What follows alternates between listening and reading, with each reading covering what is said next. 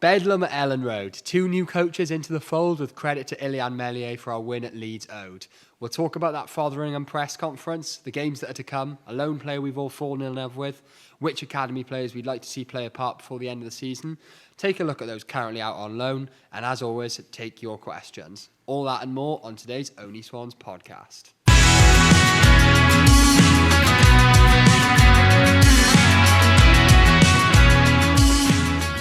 So, Carwyn, how are you?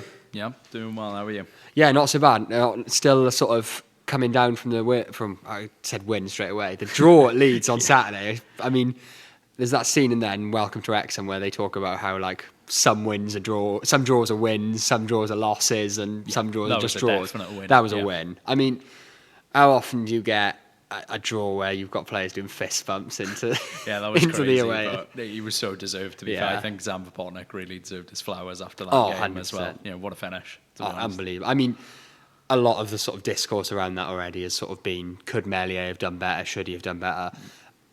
He should have probably, but at the same time, the power he got behind that finish. And I think I was looking through what a few sort of tacticos on Twitter and stuff had been saying about him before. I can't believe you said that word. Tacticos. Sort of, unironically, but yeah, go on. Yeah, they are tacticos. Before he came to us, because obviously, you know, Bordeaux had gone under, so he was probably one of their better players. And everyone talked about his ball striking ability and how clean he struck the ball and how much power he was able to get in the ball. And you could see that from that goal. And it's quite reminiscent of Joel Perreault in that respect, isn't it? In terms of like just a really, and Morgan Whittaker really, when you think of sort of really clean ball strikers at this level, we've had a couple of them, even if Whittaker obviously didn't show it. And I think that goal on Saturday and the goal against Derby earlier in the season are probably Vopotnik really starting to show that. Yeah, that Derby one was ridiculous. That finish was pretty special. What did you make of the Leeds game overall? Obviously, apart from the finish, it was a bit of a weird one, really, wasn't it? I thought we were really good. You know, I didn't really expect it, and especially after the first minute, you know, it was a bit of a defensive howler. I think I travelled up for it, and after that first minute, we thought, oh God, we're on for a long afternoon. Yeah, I thought about 5 or 6-0 at that point. Yeah, but we sort of kept our heads because they scored that first goal. They nearly went up the other end and scored again pretty soon after it, within the first 3 or 4 minutes.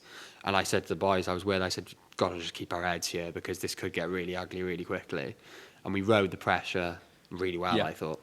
Well, I think it was, you know, a perfect performance for what you have to do against a side like that. Sure, they probably weren't at their complete best, but, you know, they weren't at their best because we didn't let them get to their best. No, exactly. And I think the areas which we highlighted on the podcast 2 weeks ago where we could hurt them was if we were really intense in the midfield and if we, you know, targeted Meslier. And both of those things we did, and they both bared fruit, really. I think the midfield obviously stood out on Saturday, I'd say. Lewis O'Brien was the one who got the most plaudits. Jay Fulton rolled back the years, really, didn't he? Yeah, I was really surprised by Jay Fulton. I think a lot of people sort of assume by now that he's pretty much done. You know, maybe he'll go in the summer, but he was really good.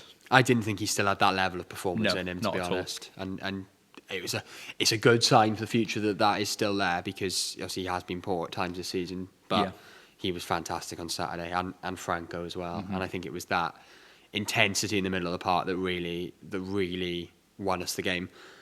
But I don't think you can talk about that game and despite how well we played. I mean, we didn't actually create that much despite battling really well, I thought. But you can't talk about that game without talking about Meslier, can you? Worst keeper in the league by a mile. I think I've seen about 100 people say they would have won the league by March if they had either of the other top three's goalkeepers. Yeah, I mean, I obviously this isn't a Leeds podcast, but for the life of me, I can't understand how Carl Darlow. Obviously, we've got a stake in the race with Carl Darlow, and he was Welsh number 1.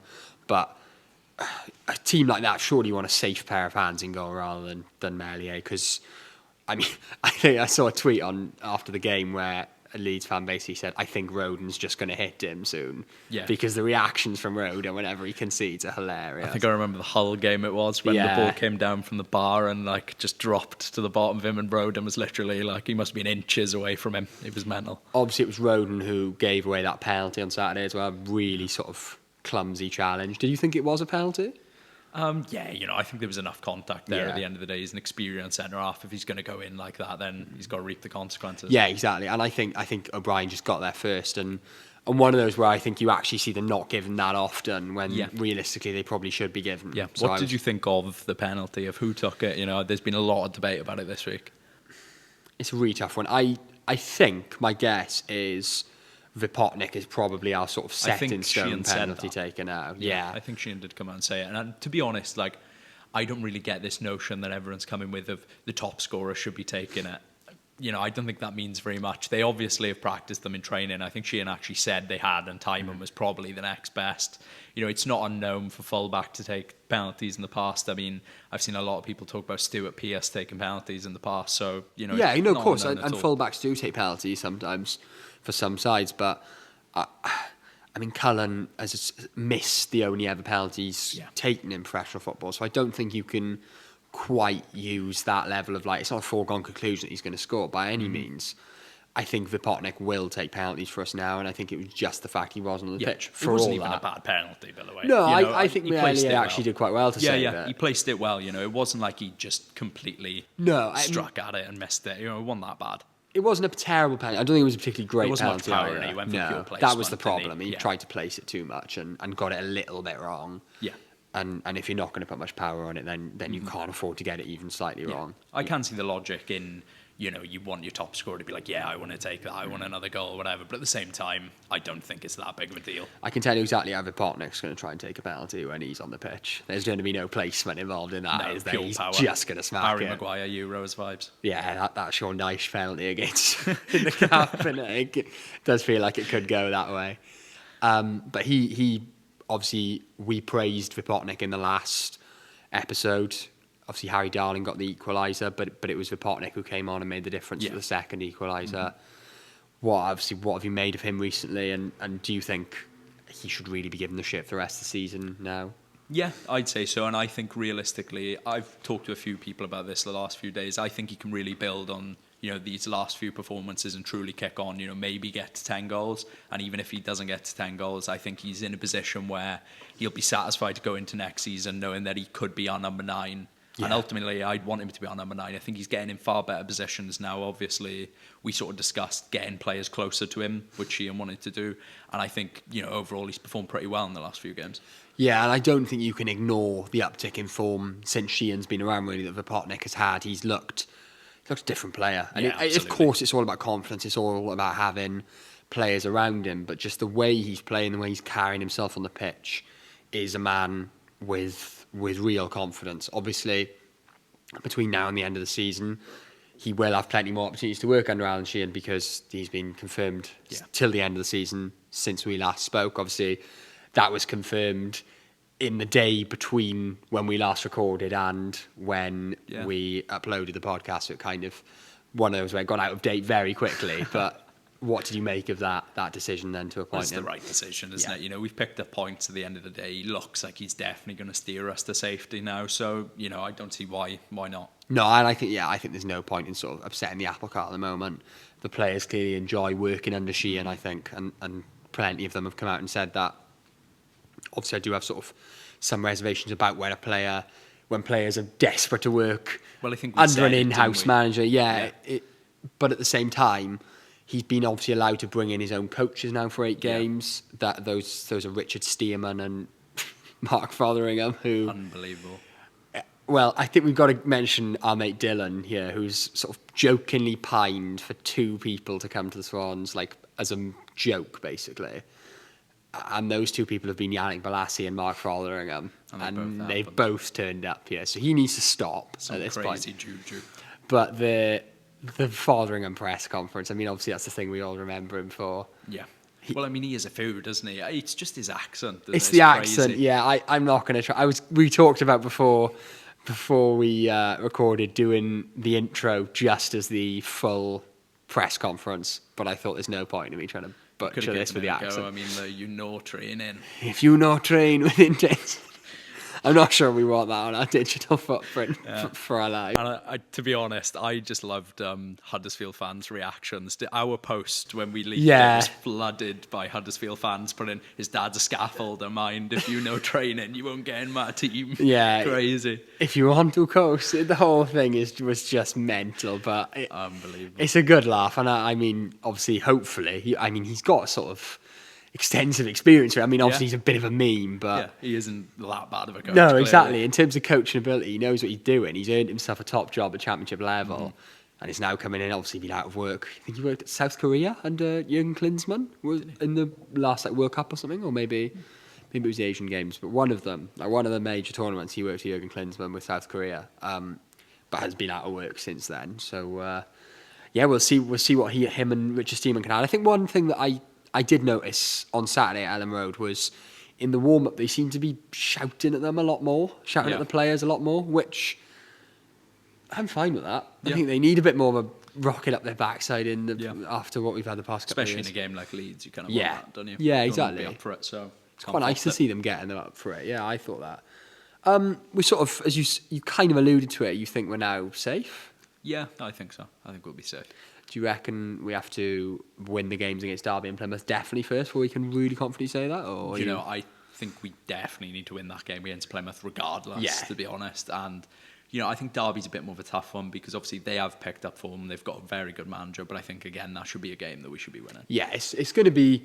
I mean, of course, it's a cliche, but there's no easy games at this level, really, is there? But, you would expect us to beat those two sides, certainly. I think, Derby and Plymouth both do have threats to offer, obviously, but, 2 games at home against 2 sides in the relegation zone, you would expect 6 points from that. Of course, Derby have won their last 3. I mean, they will have also played tomorrow night. We're recording this on Tuesday. They'll have played a game on Wednesday by the time we play them, so they only have had 3 days rest compared to a week, which again you'd imagine would play into our hands because they didn't play at the weekend. But at the same time, they are on a good run. They are sort of an upwardly mobile team in the league at the moment, and they do have players who can hurt us. One man who won't be able to hurt us is Jerry Yates. I know. I don't think he would have hurt us anyway, to be honest. Well, you never know. People like to score against their former clubs, but obviously he is technically still our player, so he is unavailable for that. I think Derby have got some really interesting profiles. I mean, Mendes Lang is the best example of that, isn't he? He's absolutely massive for a winger. He is ginormous. Yeah, of course, yeah. He obviously is ex-Cardiff as well, so might have a little bit. They've got a lot of ex-Cardiff players. Ebu Adams, probably, in my mind, their best player, been one of the best midfielders in the league this season. He is a real all-action midfielder. Yeah. He's the sort of type of player who'll go up against our midfield and really give them a real tough test. I think it's going to be another good battle in that midfield. But we've shown on Saturday that we can stand up against that sort of battle. Would you go with the same midfield 3 that started Leeds, or? I'd say so. Yeah. I mean, especially you've touched on Ebu Adams, sort of energetic there, how energetic he is, and I think we need a very energetic midfield to win these games. And I think there's no better than Goncalo Franco, Jay Fulton, and Lewis O'Brien. Yeah, you know what you're going to get in that. It's sort of all action, isn't it? And hopefully can combat some of the threat of somebody like an Ebu Adams. As you say about Mendes Lang on the wing, he's obviously a real physical threat as much as anything, isn't he? And time and again, we'll probably have a tough time up against him, but you decided you'd had a tough time up against Dan James on Saturday. I know he started on the wing initially, but I think him and Delcroix dealt with the threat quite well there. I'd be minded to possibly put Delcroix in again instead of Timon, maybe, just to cope a little bit more with the physical threat. I wouldn't be disappointed if we went pretty much unchanged. I'd probably like to see Vipotnik start. Yeah. Probably drop Ronald, in my mind. Yeah. I mean, he made an error leading to a goal on Saturday, didn't he? Yeah. Really, by letting Nonto, obviously not an error directly leading to a goal, it won't show up as one, but he just let Nonto walk past him. Well, I think, it just seems his form isn't recovering at the moment. We've talked about it for weeks now, like, how long until we sort of see flashes of him again, but, we still haven't. If we are safe then, or will be safe by the time we get to those fixtures towards the end of the season, for example, we've got a home game against Oxford on the final day. We also got a Millwall and QPR before that. Who would you be looking to throw in? Maybe it's about the time of the season you start to throw academy players in. Any particular names you'd be looking to throw in? I think Ben Lloyd's obvious. He's the most obvious one simply because he has been in and around the squad. He did make his debut against QPR, was it, I think? Mm-hmm. And on Boxing Day, ultimately, we don't know what our midfield's going to look like come next season. Joe Allen could, end up retiring or something. Who knows? I hope not. I hope not too, because he looked really good against Leeds. Yeah, of course. Yeah. Less said about the mistake on the international break, the better. But of course, but the pass leading to the goal for Leeds was very much redemption on that front. He has struggled with a lot of injuries this year again. And he is playing very minimal minutes. We did touch on last episode the opportunity that Franco could leave. I don't think he will, but there's still a chance he could. And obviously, we don't know very much about the O'Brien situation, whether he will come here at the end next season. Or can you see it? No, I think his wages are way too high for us to. I can't either. I'd love it, but I can't see it. So I would like to see Ben Lloyd.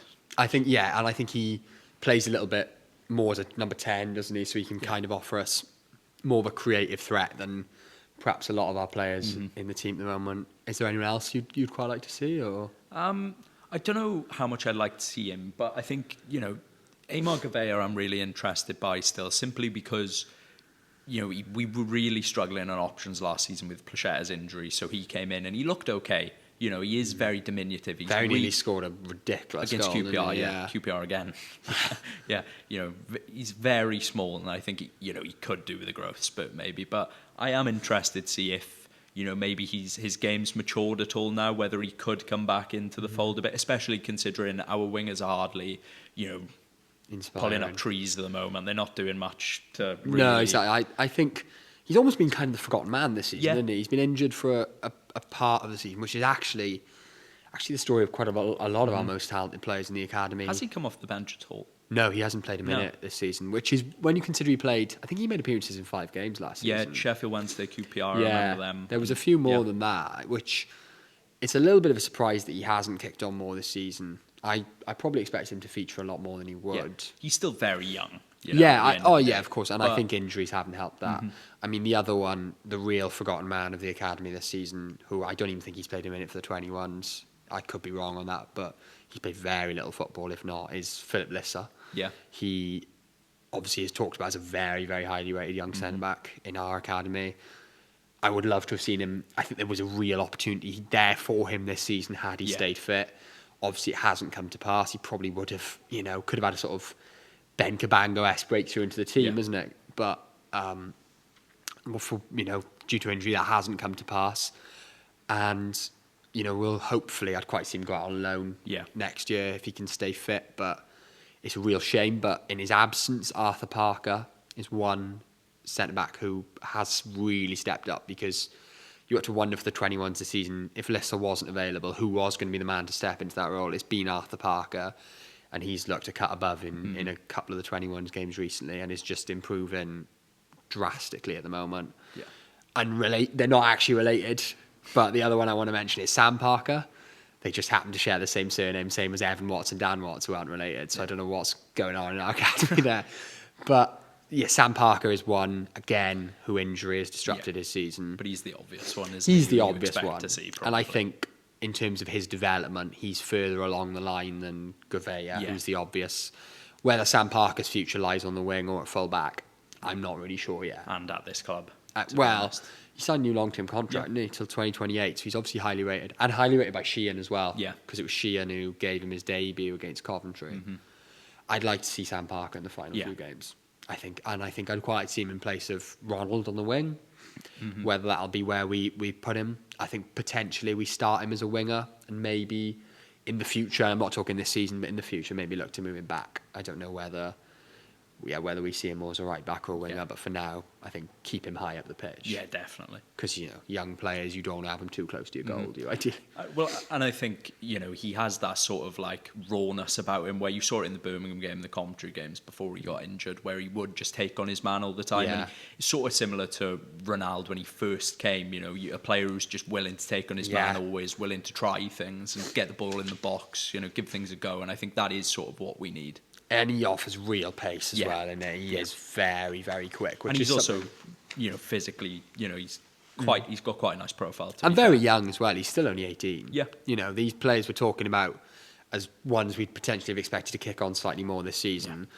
Time is very much still on all their sides. It's just a case of we don't have many actual sort of 21-year-olds, so all the under 21s are actually about 18. They're all really young, and that's because a couple of the older ones have been sent out on loan. Now, there's two I think have most obviously impressed this season at a lower level, who who would you like to start with, really? Well, I think Joel Cottrell. I mean, he's been at Swindon this season, 34 games played with 24 starts, and he seems pretty good. He's averaging about 2 key passes a game. His defensive numbers look okay, and I think, what did he captain the Wales under-21s the other day? Was it? He's clearly sort of ready to take up that role in a year or two. I think, he's also captain our various youth sides as well, isn't he? He's obviously something of a leader. Mm-hmm. What sort of player would you say he is as a midfielder? Would you? I'd say, he's a bit of both. He's got a bit of balance. He's probably a bit more box to box. He gets forward quite a bit. As I said, 2 key passes a game, but he's still there for the defensive work. And would you say probably someone we could look to rely on next season, or not rely on, but look to give? I think he definitely deserves opportunities next season. He's been out on 2 loans now, so yeah. And the Stockport one didn't go particularly well, but this Swindon one has been a real success.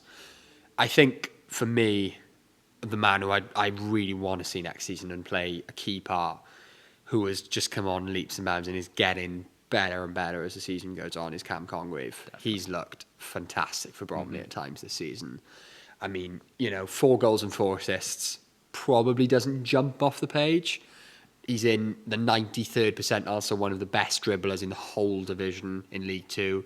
I mean, he's a player with fantastic ball carrying ability. He's shown that throughout his youth career. But it's his physicality that sort of really stands out to me. Similar to Parker, he's got a very unique profile. But he's kind of always been like this. And this is like a lot of youngsters that you send out on their first loans, you do it to toughen them up. Yeah. I don't think he needed that. I think he almost needed to just refine his game a bit, because physically, for someone of his age, he's so sort of well built, and he really filled out young Congreve, and he's someone who physically looks to be ready for this level, I'd say, and technically is really coming along to that as well.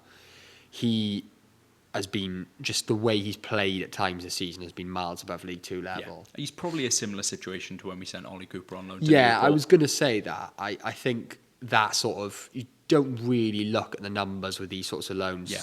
I think you more have to look at sort of individual moments of what they're doing. Yeah. And I mean, it's all about minutes as well. As long as he's going out playing consistently, he can't be doing that bad. No, exactly. He's been a really important part of Bromley this season. And that, I mean, the goal he scored against Newcastle is probably the one that stands out. Ugly kit, mind.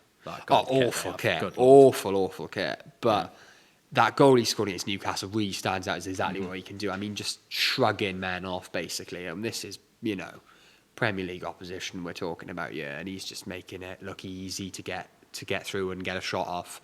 And he scored a couple of goals from distance this season, and that's something we're really lacking. Definitely. He's someone I'd like to see play quite a big part next season. I'd imagine he can really offer something in terms of probably coming in off that left-hand side rather than sort of operating more centrally, I'd say. But coming in off that left-hand side, perhaps in place of Ji-sung. If it was between Congreve and for sort of minutes next season, I'd like to see them both given a chance in pre-season. But I'd have a little bit more faith in Congreve, if I'm honest. Yeah, I agree. Obviously, in January, we brought Lewis O'Brien in on loan from Nottingham Forest. Seemingly a forgotten man there. What have you made of him in these 9 games? Well, obviously, he's played 9 games for us so far and looked a real cut above the level in almost all of them. I think just the way he battles in the middle of the park, the speed that he looks to play with, he's constantly getting his head up, moving, bringing the ball forward, looking to play a pass forward, which, crucially, some might say, the man he replaced wasn't necessarily looking to bring the ball forward constantly. O'Brien's constantly playing on the front foot. Of course, that does come with its own challenges at times. Sometimes you do have to go backwards to go forwards, but he's someone who's constantly looking to play on the front foot. And I think in those 9 games that he's played, he really has elevated that midfielder level. Especially managed to bring the best out of Franco, who was having to do. Him and Franco together. Yeah. Franco was obviously having to do a lot of that intense, bringing the ball forward on his own, whereas O'Brien, I think, shoulders a lot of that burden. He's averaging 59 touches a game, which is a lot more than I expected, actually, I think, for a player of his sort of profile. Only 32 passes, he is giving the ball away sometimes, but that's fine when the way he plays constantly, as I've said plenty of times, looking to bring it forward. Yeah. You'd expect him to lose the ball every now and then, wouldn't you? What do you make of him as a player? Well, I think he's really good, and you've touched on his touches and passes stats there. And whilst, he isn't a direct replacement for Matt Grimes. One, we probably wouldn't really want that now, I think. I don't think I'd want an exact Matt Grimes replacement, and obviously that's impossible to find anyway.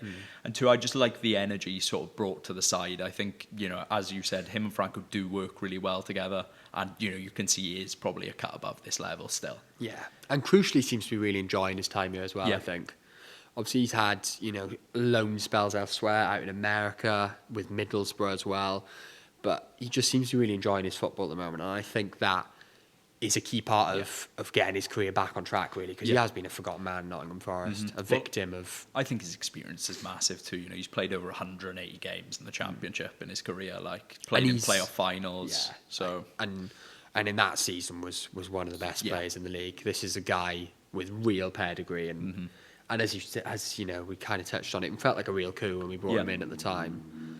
And it is coup rather than coop, which we just had that debate off camera. But yeah, he's been fantastic since he's come in, and hopefully, I mean, someone we'd love to keep beyond the summer. It'd be a bit of a dream, wouldn't it? To be honest, I think we've fallen in love with a lone player really as a fan base, haven't we? Yeah. It's the one thing we're always told not to do, and he has exactly made that happen. He's looked fantastic, and I think Vidal, I'm not quite sure how you pronounce him, I'm sure we'll find out, is sort of that sort of player, but I find it hard to believe he's going to come in and immediately play at the same level as O'Brien. No, especially without that experience. No, exactly, and that's no shame on him. O'Brien's been a cut above, but it almost felt like the sort of signing we don't make.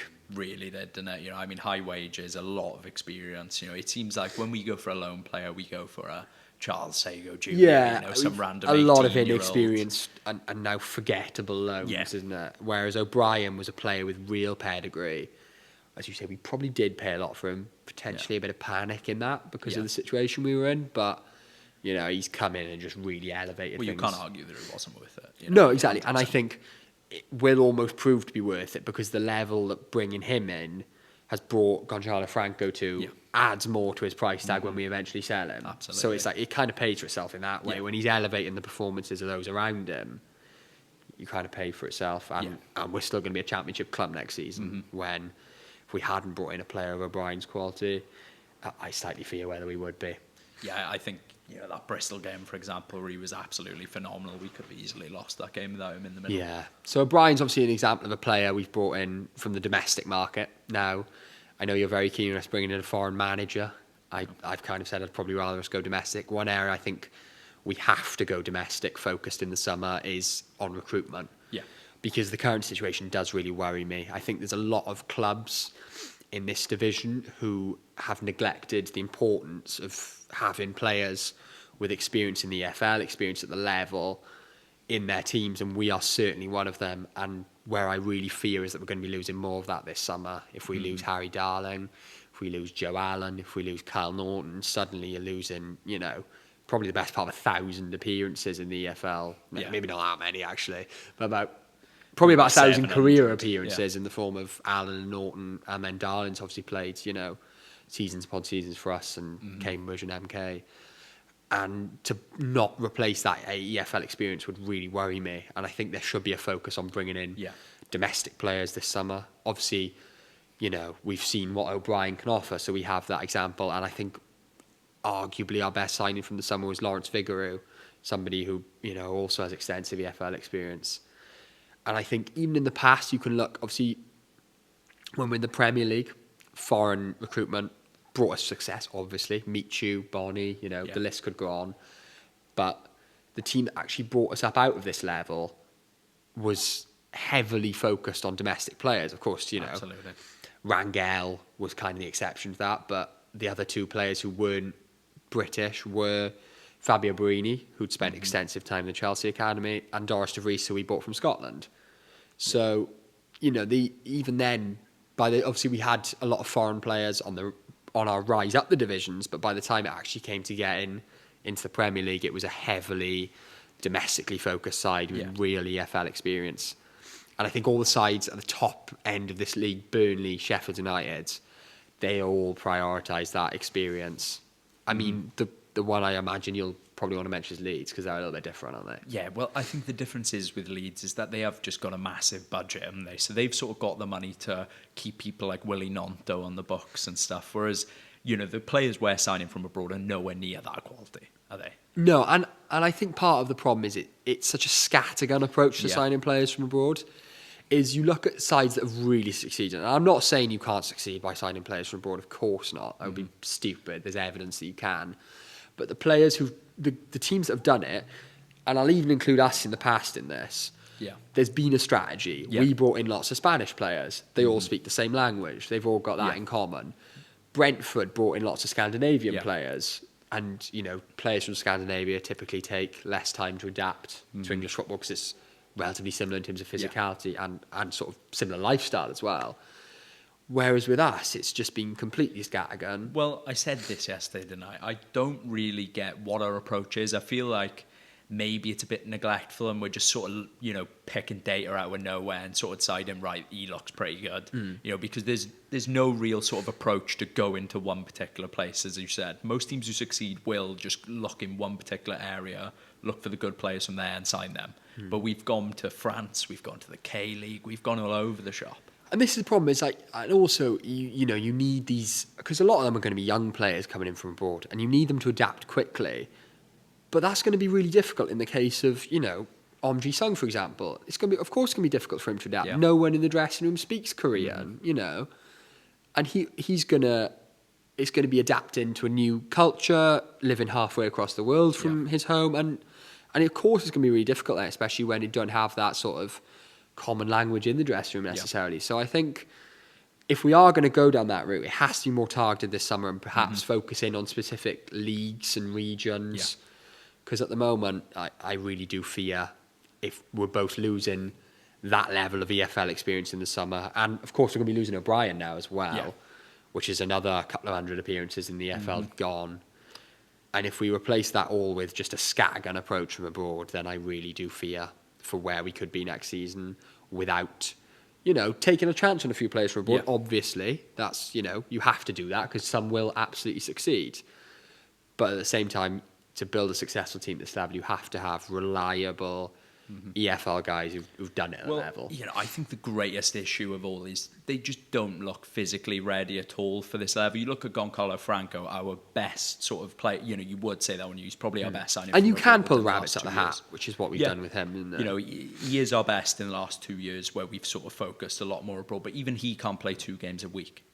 No. These players clearly aren't quite up to the fitness levels and just the intensity of the championship yet. And weirdly, I know we've said a lot of negative stuff about him. I think Ronald Days. I was going to say that. He does play every week. He does play every game, and really does offer that threat on the wings in terms of, he's quite well built. I think his future could well lie as a wing back. Yeah, I've always potentially. Thought that. He, the way he plays, sort of as a sort of line-to-line runner, but still quite physical. I think wins his a lot of future. duels. Yeah, as he well, does. doesn't he? I think his future could well lie as a wing back if we went to a back five. Yeah, I can see that happening. Yeah. So we'll move on to the audience questions. So we've got the first one here from JM Purnell on Twitter. If Cardiff go down and Wrexham come up, do you think there will be a rivalry formed, or will the Bristol game still be more fierce? I don't think the Bristol game is fierce whatsoever. Anyway, I don't get it. I think that one's just pure forced, and I think the Wrexham one will be the exact same. I can see there'd probably be a slight bit more of a rivalry because they are Welsh at the end of the day, but it's even further away than Bristol. So I think there's an element with the Wrexham one of they are so desperate to think that they're the biggest club in Wales now, and we have the opportunity to sort of keep them in a little box. And they start rivalries with absolutely anyone they'll Wrexham, so they'll definitely be a lot. I think that will be a really tasty game next season. I think it'll be a particularly tasty game if Cardiff don't come up, because there is going to be that Welsh derby element to it. I think there absolutely will. I don't think you can deny it. And even if it is slightly forced by the likes of Sky Sports and whatever, it's still going to exist. So I think that is going to be a tasty fixture. I've never understood the whole thing about the Bristol game. No, I'll be honest. I think it's a joke, to be honest. I had a long rant. I dislike Leeds more than I dislike Bristol City. Don't get me started on Leeds. It was sweet. It was very sweet on Saturday. What was it, 780 we took? Yeah. All singing Leeds are falling apart again. Loved it. It's like a dream. It was. I absolutely loved it. all we missed was I predict a riot in their faces, and but don't get me started on Leeds again. Go on. Right. Well, mine is from. I can't even read this name. Your handwriting is awful. Morgan. What does that even say? We can keep this in because people have got to know about Morgan KO Meet You on Instagram. Give him his proper shout out. Morgan KO Meet You on Instagram asks, do you think Darling will renew? If not, who should replace him? He won't renew. I mean, clip this up if he does, because I really hope he does, but I just don't think he will. I think if he was going to, it would have been done by now. Yeah. I think if he goes, there's two names that really come into my mind for who should replace him. Number one is Joe Lowe, who obviously we tried really hard to sign in January. Obviously, we see him as a potential replacement for Harry Darling. I think in that respect, he is quite a similar player, really comfortable on the ball, real physical presence. He's very tall, like he's a big guy. Yeah, and you never turn down a Welsh bloke. Guy, exactly, and having Cabango and Lowe as our two centre backs from a sort of PR point of view, two Welshmen would be lovely. But he also adds goals, and I think it sounds stupid to say when you talk about centre back, but Darling is such a set piece threat on attacking positions that if you didn't bring in someone who could offer 3 or 4 goals a season, exactly like Darling does, then we would miss that, because Darling pops up at key moments. Absolutely. 2 of his goals this season have come against Leeds, and one of them was to go ahead, one of them was an equaliser. He really pops up at key moments, and it's almost where good teams become great teams, is having those unlikely sources who will pop up at great moments. And I think Joe Lowe can be that. If we can't get him, I'd probably quite like Tyler Bindon on loan. Obviously, he is at Reading currently on loan from Nottingham Forest, but Forest bought him in January and loaned him back to Reading immediately. If Forest are playing the Champions League next season, I don't see him being ready for that. So I think a loan to the Championship would do him well. He's a really impressive young defender, and someone who I think has absolutely earned a chance at Championship level, and is comfortable on the ball, so would really fit us as well. On Harry Darling, what do you sort of think of him tapping the badge if you do think he's not going to sign a new contract? Because that's what he was doing on Saturday. I don't really know, to us. It's performative, isn't it? Yeah. People always, love all that. Yeah, people, they lap it up, and we all do. We're fans at the end of the day, and he's given us, a number of great moments over his 3 years that he's been here. I think in the moment it possibly happens as well. I don't know if there is that much thought that goes into something like that. But he, of course, I can see why some people are annoyed at it. It does feel a bit sort of artificial. But at the same time, it's part of football, isn't it, really? Yeah, and it is a big win at the end of the day. It'll mean as much to him as anyone else. Exactly, and you can't, even if he's running his contract out, you can't pretend that it doesn't still matter to him, because he'll have enjoyed his time here, he'll be enjoying his time here, and I'm sure he'll find leaving very difficult, even if that is what I think will happen. And I think he'll end up at Bristol City. Yeah. Is my guess. Bit of a kick in the teeth, isn't it? Yeah. It would. Well, is it after what we've just said? Very no, I know close. what you mean. Like a sort of club who are not exactly miles above us. So the next one I've got is from Spencer Davis on Twitter. So it's 2 pints and 2 hot dogs for £24 in the stadium. How can this be justified, and what are your thoughts on this? Am I in a fans forum right now? You are, yeah. But I'd like this next one's on programmes. Yeah, well, I think the prices are absolutely ridiculous, to be honest. I think they are nuts. But are they that different in many teams in the league? I feel like I pay a lot wherever I go. I feel like pay a lot wherever you go. I feel like ours might be a tiny bit higher, but you do pay a lot. You do pay a lot wherever you go, and I think that is part of modern football, isn't it? It's not right necessarily, but clubs do look to fleece fans. Yeah. But at the same time, it's the quality as well. And we're not sitting here to be food bloggers. Wow. But the food is just awful. Yeah. Have you ever done Hull? Yeah. Oh my God. That is just a different level, isn't it? The Wigan pies as well. Yeah. Yeah. There's some great food. And some brilliant food. Ours are awful. When you see, I think that's the problem. It's not so much the price. Yeah. It's the quality that you're getting for that price. Yeah.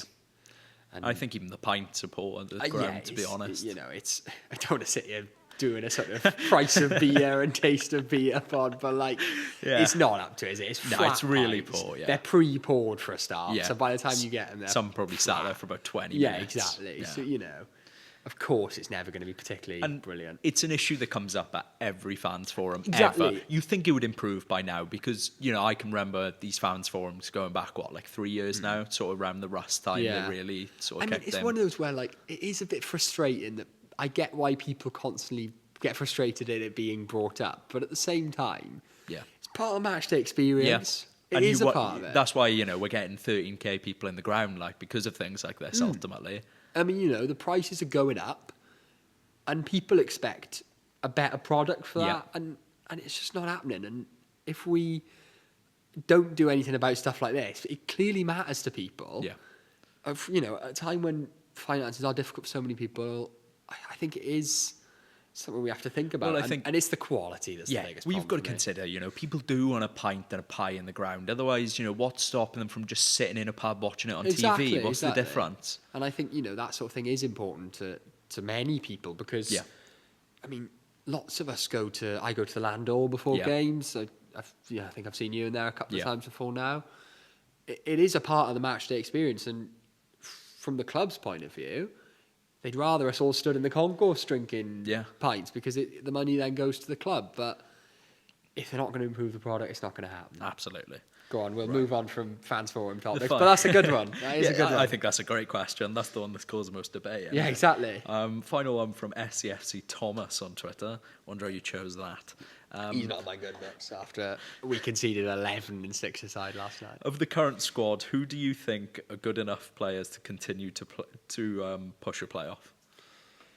There's not many, is there? No. I would go...